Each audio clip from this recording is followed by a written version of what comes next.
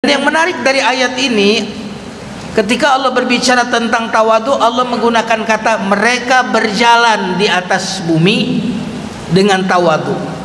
Allah tidak menyebut mereka adalah orang yang tawadu, tapi redaksinya mereka yang berjalan di atas bumi dengan ketawaduan.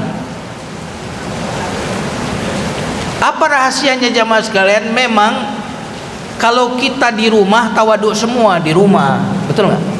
Coba aja di rumah. Biasanya pakaiannya pakaian apa kalau di rumah? Singlet, celananya pendek. Singletnya masih bagus atau udah bodol-bodol? Ya, ibu-ibu juga begitu kalau di rumah. Ya, pakaiannya mirip lap. Di rumah. Tapi kalau orang udah mau pergi keluar, biasanya dia akan berpikir apa? Mana baju yang harganya 2 juta itu? Handphone yang baru beli mana? Jam tangan mana? Sudah mulai. Ini mau pakai mobil yang mana nih?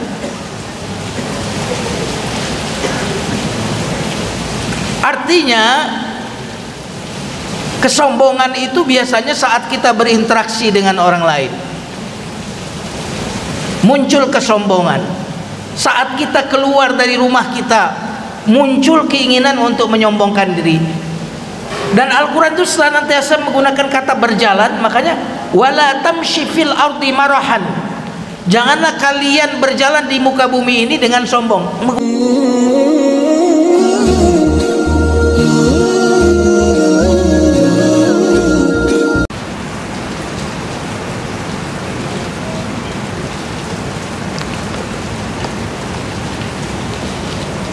Assalamualaikum warahmatullahi wabarakatuh.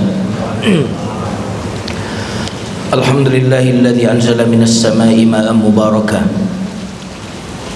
fa ahya bihi baldatan mayitan kadzalika nukhrajun. Allahumma shalli wa sallim wa barik ala nabiyyina Muhammadin sallallahu alaihi wasallam wa ala alihi wa ashabihi wa man sara ala nahjihi bi ihsanin ila yaumiddin, amma ba'd. Kaum muslimin jamaah salat zuhur azakumullah, sebelum kita lanjutkan kajian kita tentang karakteristik hamba-hamba yang dispesialkan oleh Allah atau dirahmati oleh Allah, kita awali kajian kita dengan doa. Mumpung hujan sedang turun, ini waktu yang mustajab untuk doa. Kita tengadahkan tangan kita. Astaghfirullahaladzim. Allahumma salli ala Muhammadin wa ala ali Muhammad. Alhamdulillahi rabbil alamin. Allahumma ighfir lana dhunubana wa liwalidina warhamhum kama rabbawna shighara. Allahumma arham walidina, Allahumma ighfir walidina, Allahumma irfa' darajata walidina, Allahumma barik abnaina wa banatina fi hayatina wa ba'da mamatina. Nas'aluka umran tawilan mubarakan nafi'a wa husnal khatimah wa taubatan nasuha wa rizqan tayyiban. Ya Allah, sebagaimana Kau turunkan hujan ya Allah, lalu dengan hujan itu tumbuhlah berbagai macam tanaman, pohon-pohon ya Allah, maka turunkanlah Al-Quran itu ke dalam hati kami ya Allah, sehingga tumbuh di dalam tanah hati kami ini ketakwaan, keimanan dan amal-amal saleh ya Allah. Ya Allah, karuniakanlah kepada kami rahmat-Mu, kasih sayang sebanyak hujan yang Kau turunkan ya Allah pada saat ini ya Allah. Ampuni dosa-dosa kami ya Allah, sembuhkan penyakit kami ya Allah, takdirkan kami semua untuk mampu pergi haji dan umrah dalam waktu yang dekat ya Allah. Rabbana atina fid dunya hasanah wa fil akhirati hasanah wa qina adzabannar. Walhamdulillahi rabbil alamin. Kita baca basmalah. Bismillahirrahmanirrahim. Biasanya kalau pengajian doa saya pendek, tapi karena hujan ya, jadi doanya agak panjang. Saya yakin di sini banyak orang-orang soleh, kalau dia mengaminkan insya Allah doa kita terkabul. Jamaah sekalian yang dimuliakan Allah, kita akan membahas karakter yang pertama dari golongan yang Allah sematkan sebutan khusus buat mereka. Mereka ini oleh Allah disebut dengan hamba atau ibad ar-Rahman. Artinya mereka ini diakui oleh Allah sebagai hambanya. Karena kalau kita ngaku hamba Allah, itu namanya ngaku murah. Tapi kalau Allah yang mengakui bahwa ini hambaku yang aku rahmani, yang aku sayangi. Atau bolehlah mereka ini kita sebut wali-wali Allah atau kekasih-kekasih Allah, ibadur rahman. Apa karakter yang pertama? Kajian ini diambil dari surat Al-Furqan ayat 63. Karakter yang pertama, ciri yang pertama orang disebut dengan hamba Allah yang disayangi, alladzina yamshuna 'alal ardi haunan, yaitu orang-orang yang berjalan di atas bumi haunan, dengan ketawaduan atau rendah hati. Jadi jika Allah menyayangi kita, jika kita ini orang spesialnya Allah, maka salah satu cirinya kita ini memiliki karakter atau sifat ketawaduan, rendah hati. Dan yang menarik dari ayat ini, ketika Allah berbicara tentang tawadu, Allah menggunakan kata mereka berjalan di atas bumi dengan tawadu. Allah tidak menyebut mereka adalah orang yang tawadu, tapi redaksinya mereka yang berjalan di atas bumi dengan ketawaduan. Apa rahasianya jamaah sekalian? Memang kalau kita di rumah tawadu semua di rumah, betul nggak? Coba aja di rumah. Biasanya pakaiannya pakaian apa kalau di rumah? Singlet, celananya pendek. Singletnya masih bagus atau udah bodol-bodol? Ya, ibu-ibu juga begitu kalau di rumah. Ya, pakaiannya mirip lap di rumah. Tapi kalau orang udah mau pergi keluar, biasanya dia akan berpikir apa? Mana baju yang harganya 2 juta itu? Handphone yang baru beli mana? Jam tangan mana? Sudah mulai. Ini mau pakai mobil yang mana nih?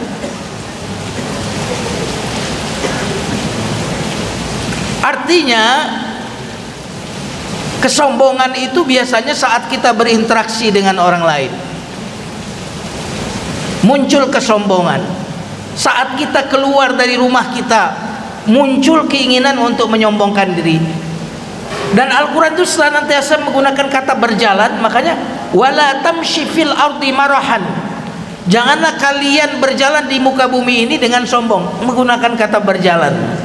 Karena kalau di rumah insya Allah tawaduk semua kalau di rumah. Tapi kalau udah keluar rumah, masuk kantor, wah udah beda lagi. Apalagi pulang kampung sebentar lagi, yang nggak punya mobil pun gaya-gayaan pinjem mobil. Boleh dong pinjam mobil ya, boleh. Tapi kalau niatnya ingin apa? Ingin menonjolkan nih, gua orang sukses. Hati-hati ya. Karena gara-gara zaman sekarang ini kalau ingin pamer-pamer bisa-bisa jadi perkara hukum. Betul atau tidak nih? Ya, udah diem-diem aja kalau punya duit ya. Jangan pamer-pamer ya. Nanti ada KPK ya. Jamaah sekalian yang dimuliakan Allah Subhanahu wa taala. Ini rahasia pertama. Saya aja tadi bingung mau kesini mau pakai baju yang mana, sampai tanya istri, yang ini jangan yang itu katanya. Yang ini aja, itu kemarin udah dipakai katanya. Ya. Kalau di rumah pakai kaos dalam aja selesai. Yang kedua jamaah sekalian yang dimuliakan Allah Subhanahu wa taala, mengapa di sini menggunakan kata berjalan di muka bumi dengan kerendahan hati? Kenapa tidak langsung saja menyebut mereka orang yang rendah hati? Karena memang ketawaduan dan kesombongan itu sudah bisa dilihat dari cara berjalan. Betul atau tidak? Jadi antum tapi jangan nebak-nebak nih orang sombong. Tapi kita tahulah orang itu dari jalannya saja itu sudah bisa menunjukkan orang itu sombong atau tidak, itu udah kelihatan. Jadi orang yang tawadu itu sampai cara jalannya sendiri, jamaah sekalian, itu sudah menunjukkan bahwa mereka ini adalah orang-orang yang rendah hati.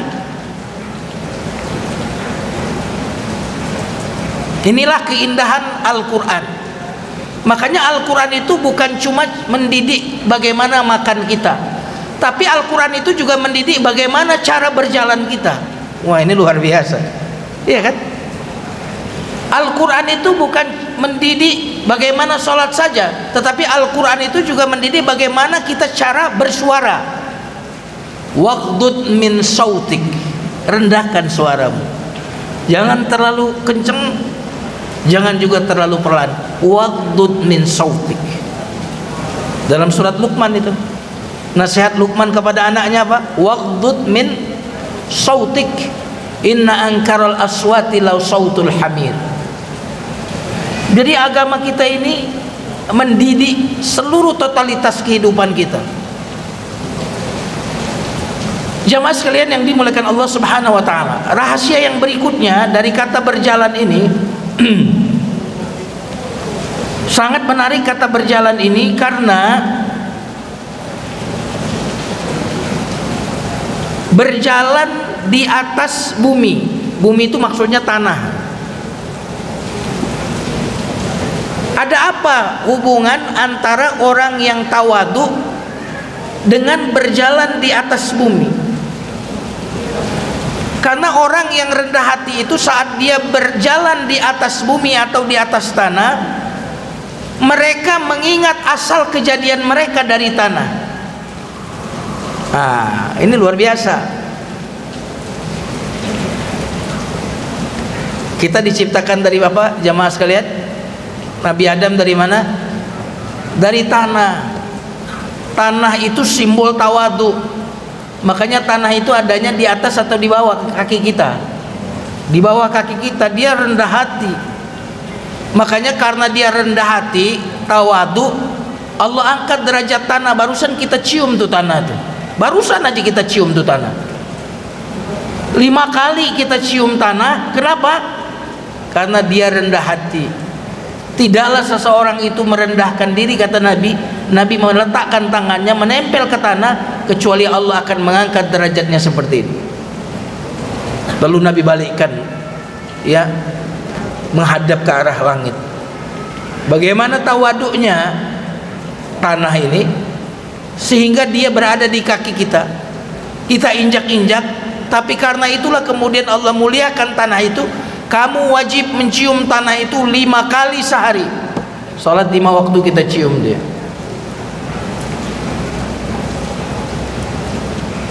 Nah, inilah mengapa Al-Quran menggunakan kata mereka berjalan di atas bumi dengan rendah hati. Karena saat mereka berjalan itu, mereka justru mengingat asal mereka, asal nenek moyang mereka dari tanah. Makanya Adam dari kata adim. Adim artinya debu dan tanah. Dan kita adalah Bani Adam.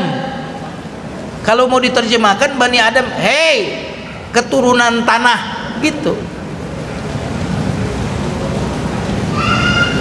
Jamaah sekalian yang dimuliakan Allah Subhanahu wa taala, dalam surat Toha Allah berfirman, minha, surat Toha ayat 55 Allah berfirman, minha khalaqnakum, dari tanah kami ciptakan kalian. Allah bisa loh menciptakan besi. Yang menciptakan besi siapa? Allah. Allah menciptakan emas. Kenapa manusia nggak diciptakan dari besi, coba?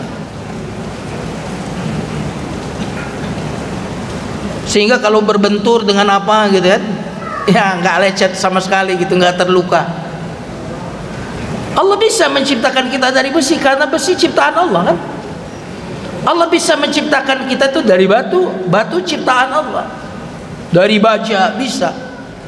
Tapi kenapa manusia itu diciptakan dari tanah, kemudian bentuknya daging, yang terluka sedikit saja sudah mengalir darah? Agar manusia itu jangan menyombongkan diri,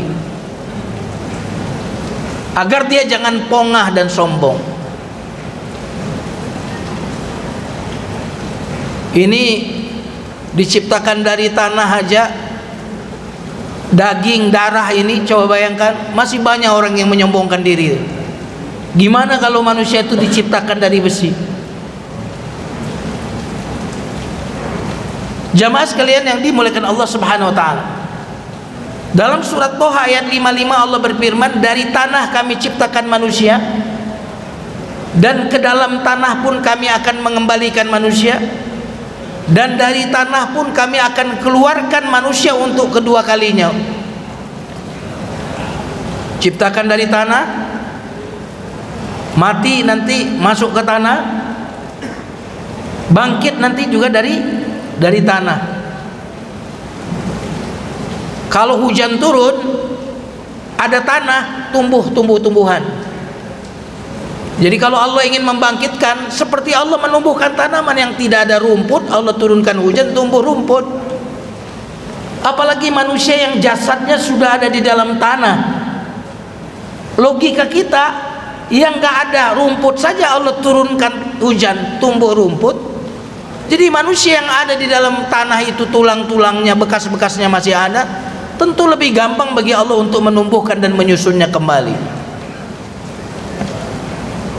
Maka fenomena turunnya hujan ini biasanya menjadi fenomena yang menjadi dalil bagi kita bahwa Allah bisa menghidupkan kembali yang mati, sebagaimana air bisa menghidupkan dan menyuburkan tanah yang tandus menjadi subur.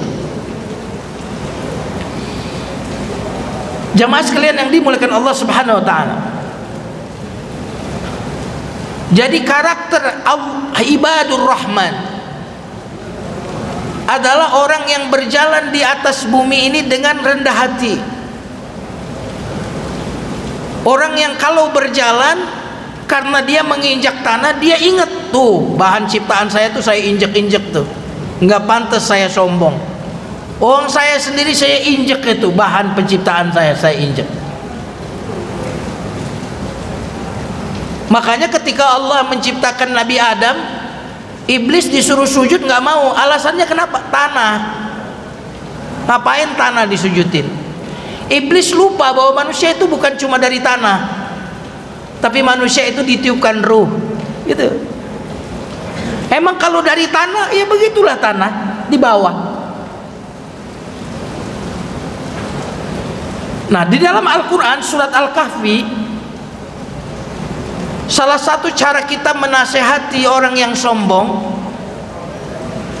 adalah mengingatkan mereka akan asal penciptaan mereka. Wah, ini kalau kita ada sombong nih, cara membuat manusia itu kembali kepada kesadarannya, itu diingatkan asal mula mereka. Ini yang congkak-congkak sombong biasanya lupa kalau dia dulu deso loh. Sekarang aja mungkin udah banyak duitnya, sudah menduduki jabatan, sampai lupa. Makanya kelihatannya pulang kampung itu menemukan urgensinya agar kita tahu asal kita dari mana, betul nggak? Tapi ya terkadang pulang kampung malah ingin menyombongkan diri. Padahal pulang kampung itu kita ingin mengingat asal kita. Kita itu bukan apa-apa, bukan siapa-siapa. Betul apa betul nih? Lihat dulu ya, waktu bertani dulu ya, nyeker ya, sekolahannya dulu, biar nggak sombong.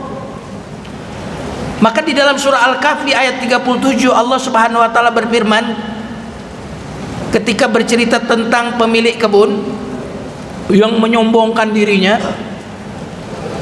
maka teman yang baik mengingatkan sahabat yang sombong ini. Bagaimana cara mengingatkan? Diingatkan asal kejadiannya. Surah Al-Kahfi ayat 37. Qala lahu sahibuhu wa huwa yuhawiruhu akafarta billadzi khalaqaka min turab thumma min nutfatin thumma sawwaka rajula. Oh, ini kan, hei sahabatku, hei fulan, ingat siapa aja nih, hei atasan, hei pak pejabat, sebutlah semualah, hei pak menteri, hai diriku, Apakah engkau akan kafir kepada yang telah menciptakan kalian dari tanah, kemudian dari setetes sperma?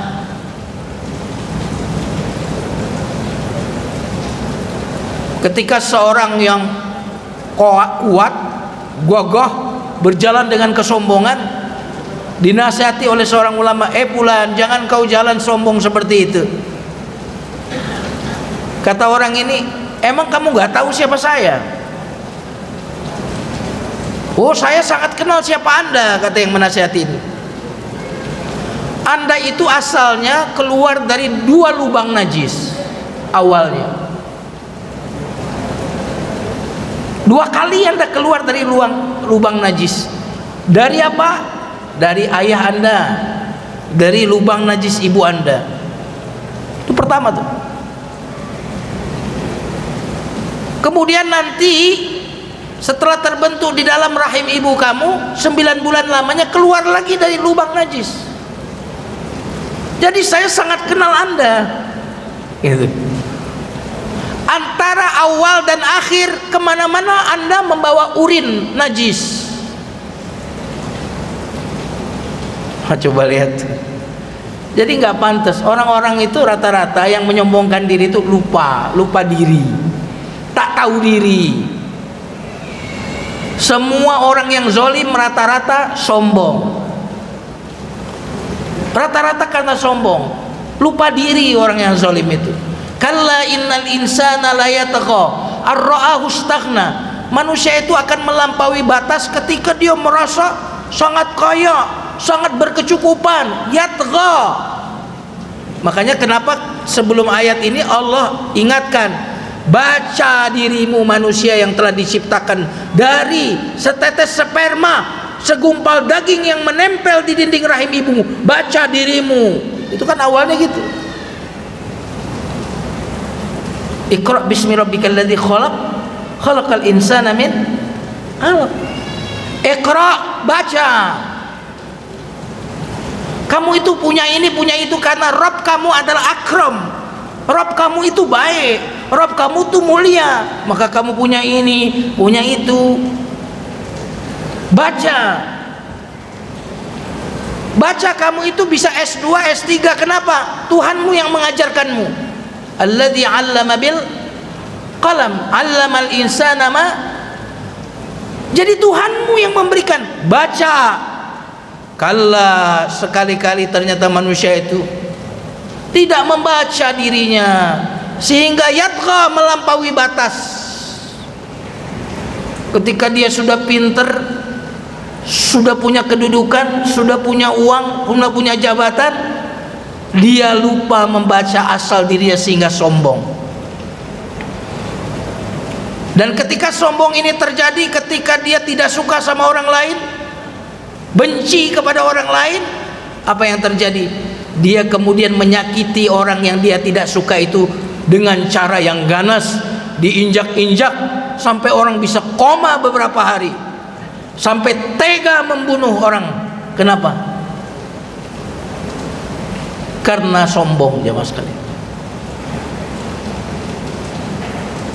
Dan orang itu kalau sombong ibarat orang yang mengangkat kepalanya ke atap, itu akan kejedot, udah pasti itu.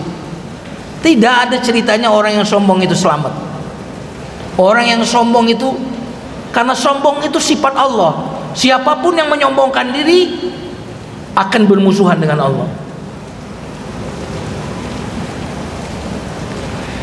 Jamaah sekalian yang dimuliakan Allah Subhanahu wa taala. Nah, jadi karakter orang yang menjadi hamba Allah yang istimewa itu adalah mereka yang tawadu.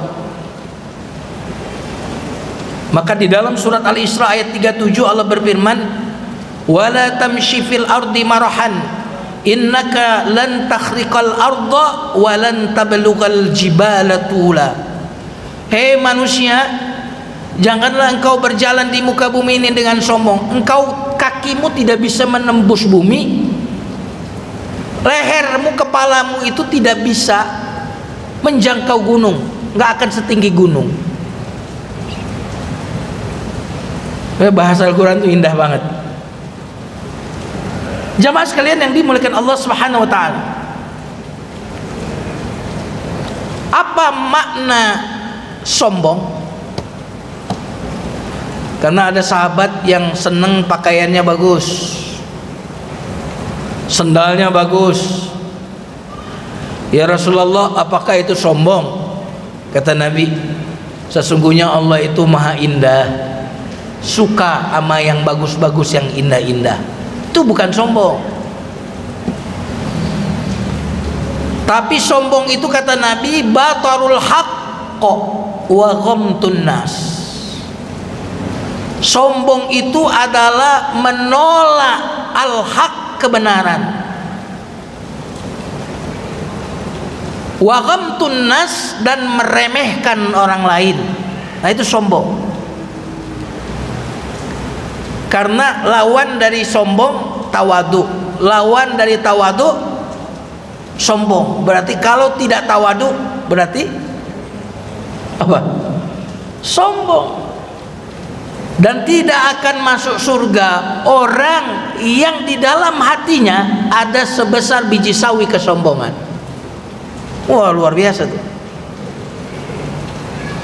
Kalau dosa-dosa yang lain banyak gimana? Tetap bisa masuk surga. Sombong nggak bisa masuk surga. Jamaah sekalian yang dimuliakan Allah Subhanahu wa taala. Jadi dalam definisi sombong ini kita tahu definisi yang pertama itu adalah hubungannya dengan Allah. Orang kalau menolak syariat, menolak Al-Quran, menolak ajaran agama, udah nggak relevan nih agama ini. Agama ini pasnya sana di zaman gurun pasir situ, di tempat situ. Untuk zaman modern ini udah nggak cocok itu. Nah, ini namanya batarul haq, menolak kebenaran, menolak firman Allah, menolak hadis Nabi. Itu sombong. Meskipun kalau ketemu manusia menyapa lemah lembut, tapi kalau ada ajaran agama yang dia kritik, ada ajaran agama yang dia tolak, maka itu orang sombong.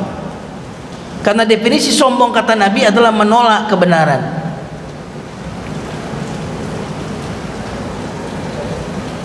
Iblis itu sombong karena apa? Kira-kira saya mau tanya, iblis itu ramah nggak kira-kira?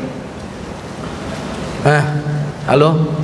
Setan itu kira-kira makhluk yang ramah atau tidak?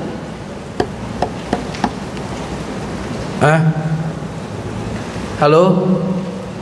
Pasti ramah, lebih ramah dari kita. Karena kalau dia kasar, mana orang mau nurut sama dia? Makanya ketika dia ingin menggoda Nabi Adam, dia berlaku seperti konsultan. Inilaku mala minan nasihin. Aku ini konsultan. Wahai Adam, maukah aku tunjukkan kepadamu satu pohon yang membuat engkau abadi di dalam surga? Tuh lihat, pohon terlarang dia rename.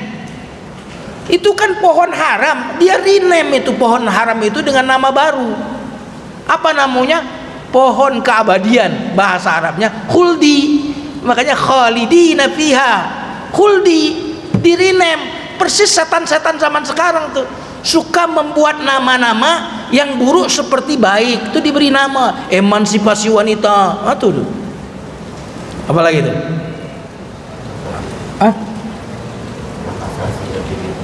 Oh iya, apa namanya? PSK. Wah, dulu namanya apa tuh PSK? Wanita tuna susila. Lebih ke pelacur, kan itu dulu kan? Orang dengar namanya aja udah ngeri. Sekarang beda. PSK. Wah, pekerja seks komersial. Jadi bagaimana menamakan yang buruk-buruk itu dengan nama baik, sementara yang baik-baik itu dinamakan dengan nama-nama jahat? Hati-hati. Oh, kamu rajin ke masjid ya, fundamentalis kamu, garis keras kamu nih. Oh, kamu jenggotan nih, waduh ini pasti ini hati-hati nih, ya. Dinamakan tuh cadar ninja. Akan ada nama-nama yang disematkan kepada kebaikan itu dengan label-label yang membuat orang takut menjadi orang baik. Ini ngeri sekali. Jadi kembali kepada iblis tadi. Iblis tadi, setan itu, saya yakin dia itu konsultannya udah S3 itu kali. Pasti ramah, pembicaraannya tertata rapi. Dan saya pikir orang yang gambar setan itu gambarnya jelek itu pasti salah. Setan pasti gambarnya bagus. Bagaimana dia mau mengajak menggoda orang kalau tampilannya kurang bagus?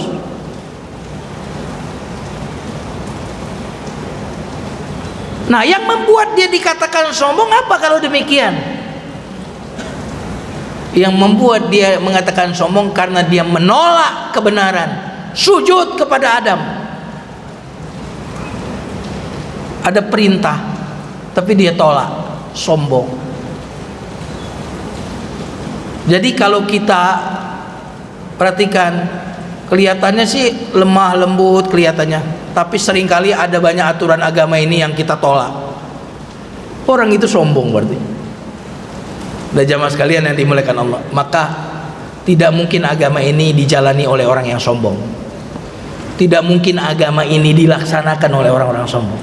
Hanya orang-orang yang rendah hati yang mampu menjalankan agama ini. Ini yang bisa sampaikan, waktu tidak cukup. Kita tutup dengan istighfar. Astaghfirullahalazim. Subhanakallahumma bihamdika asyhadu an la ilaha illa anta astaghfiruka wa atubu ilaik. Barakallahu li wa lakum. Wassalamualaikum warahmatullahi wabarakatuh.